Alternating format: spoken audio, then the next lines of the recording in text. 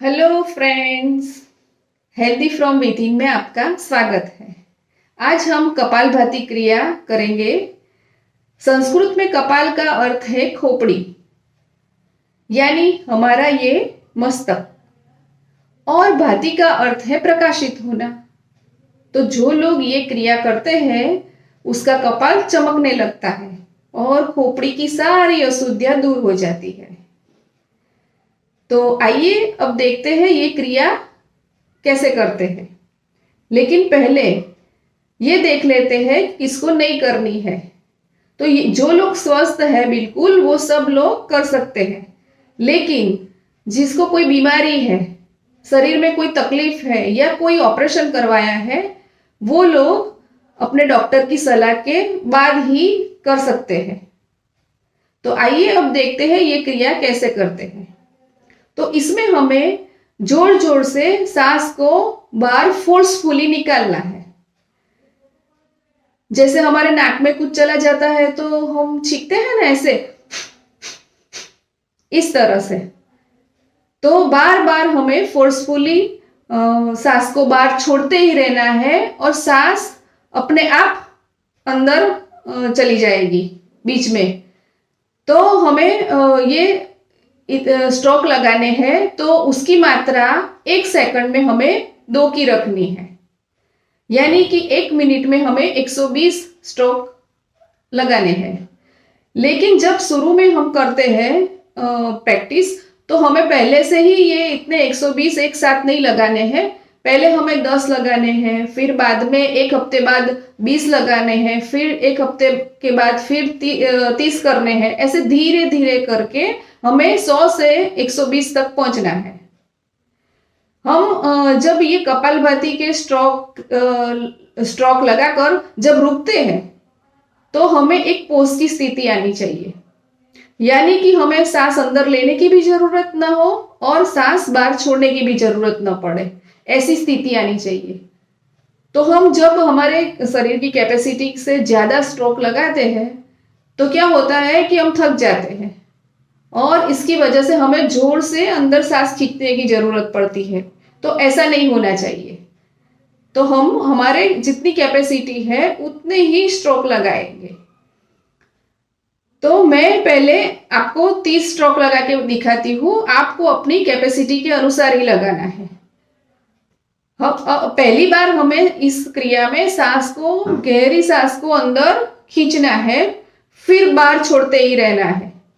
लेकिन जब हम सांस को अंदर ऐसे खींचेंगे गहरी सांस को, तो हमारे कंधे, छाती और फेफड़े सब ऊपर उठेंगे, ऐसे ऐसे। तो हमें ऐसे ऊपर उठाए हुए रख के ही ये पूरी क्रिया करनी है। क्योंकि हमारे फेफड़े और पेट के बीच में एक उरोदर पटल होता है। तो वो ऐसे हम जब ऊपर उठाए हुए रखते हैं तो ये खींचा हुआ रहता है और उसकी वजह से हमें सांस लेने की जरूरत नहीं पड़ती है, सांस अपने आप अंदर आ जाती है। तो अब हम ये शुरू करते हैं। ये क्रिया जब हमारे स्ट्रोक खत्म हो जाए तब आधी मिनट हमें आराम करके, फिर आंखें बंद करके आराम करके देखना है कि अंदर हमें क्या फील होता है। तो जब आप बहुत प्रैक्टिस करेंगे तो हमें आंख बंद करेंगे तो ऊपर कुछ उठता हुआ फील होगा। तो इसको हमें देखना है, आंखें बंद करके हमारी मन से देखना है। तो ये हमारा मन का शरीर के साथ जुड़ना हुआ, मतलब योग का अर्थ ही है, योग का अर्थ है जुड़ना। तो यहां हमारे मन और शरीर का योग होगा। तो आइए अब हम शुरू करते हैं। तो पहले हम ये पालखी मार के ऐसे सुखासन में बैठना है। मस्तक और धड़ को एक सीधी रेखा में रख के टट्टार बैठना है। फिर दोनों हाथों को हमें ऐसे घुटनों पर रखना है। फिर हमें गहरी सांस अंदर लेनी है और आंखें बंद रखनी है, ऐसे। फिर ऐसे ऊपर उठाए हुए छाती कंधे रख के हमें जोर जोर से सांस को बाहर फेंकना है।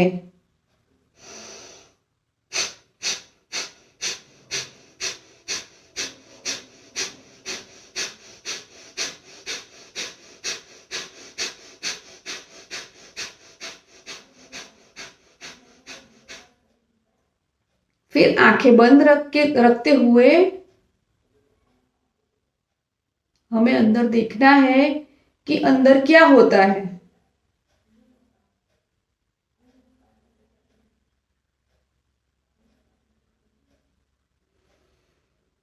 तो आपको अंदर कुछ ऐसे ऊपर उठता हुआ मस्तिष्क की ओर जाता हुआ फील होगा।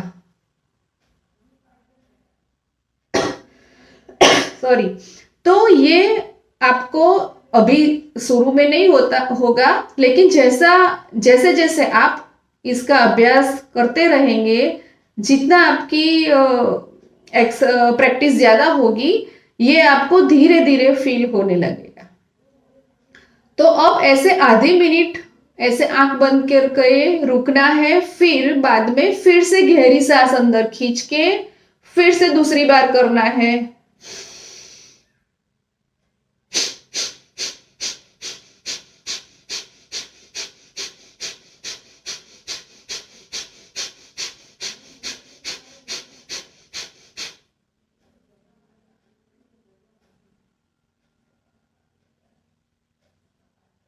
फिर से अंदर क्या होता है ये फील करना है।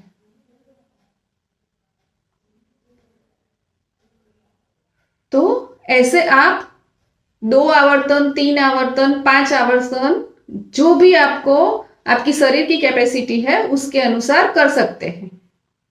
आइए अब हम देखते हैं ये क्रिया करने से हमें क्या लाभ मिलते हैं। तो ये क्रिया रेगुलरली करने से हमारे नासिका मार्ग और श्वसन प्रणाली दोनों की सफाई हो जाती है। तो इस वजह से कफ के रोग, दम के रोग, अस्थमा के रोग में राहत मिलती है और धीरे धीरे समय रहते ये मिट भी जाते हैं। फिर हम जब सांस लेते हैं रूटीन में, तो वो हमारी छोटी छोटी होती है, पूरी तरह हम गहरी सांस नहीं लेते हैं। तो उस वजह से हमारे फेफड़े के निचले हिस्से में जो वायु कोष होते हैं वो निष्क्रिय हो जाते हैं, बंद हो जाते हैं। तो ये क्रिया करने से हमारे फेफड़े के जो निचले हिस्से में वायु कोष होते हैं वो सब सक्रिय हो जाते हैं, खुल जाते हैं। तो उनको भरपूर मात्रा में ऑक्सीजन मिलता है फेफड़ों को। तो इसकी वजह से वो सब हमारे रुधिर के मार्फत पूरे शरीर में जाते हैं। तो रुधिर में भी भरपूर ऑक्सीजन मिलता है और हमारे सारे शरीर के कोषों को भी भरपूर मात्रा में ऑक्सीजन मिलता है। तो हमारे रुधिर की भी सफाई हो जाती है और सारे कोषों की कार्यशीलता बढ़ जाती है। और हमारे रुधिर में से कार्बन डाइऑक्साइड भी कम हो जाता है, क्योंकि हम जैसे स्ट्रोक लगा के जोर जोर से बाहर निकालते हैं तो पूरी मात्रा में कार्बन डाइऑक्साइड बाहर निकल जाता है। तो हमारे शरीर में कार्बन डाइऑक्साइड भी कम हो जाता है और हमारी हृदय की कार्यशीलता भी ये क्रिया करने से बढ़ती है। फिर हमारे रुधिराभिसरण तंत्र और श्वसन तंत्र दोनों की कार्य क्षमता में सुधार आता है। तो ये क्रिया जो करते हैं रेगुलरली, वो साधक का स्वास्थ्य उत्तम हो जाता है। तो do kapalbhati every day and stay healthy from with in. तो मिलते हैं एक नए वीडियो के साथ, लेकिन मेरे नए वीडियो देखने के लिए मेरी चैनल को लाइक एंड सब्सक्राइब करना मत भूलना। नमस्कार।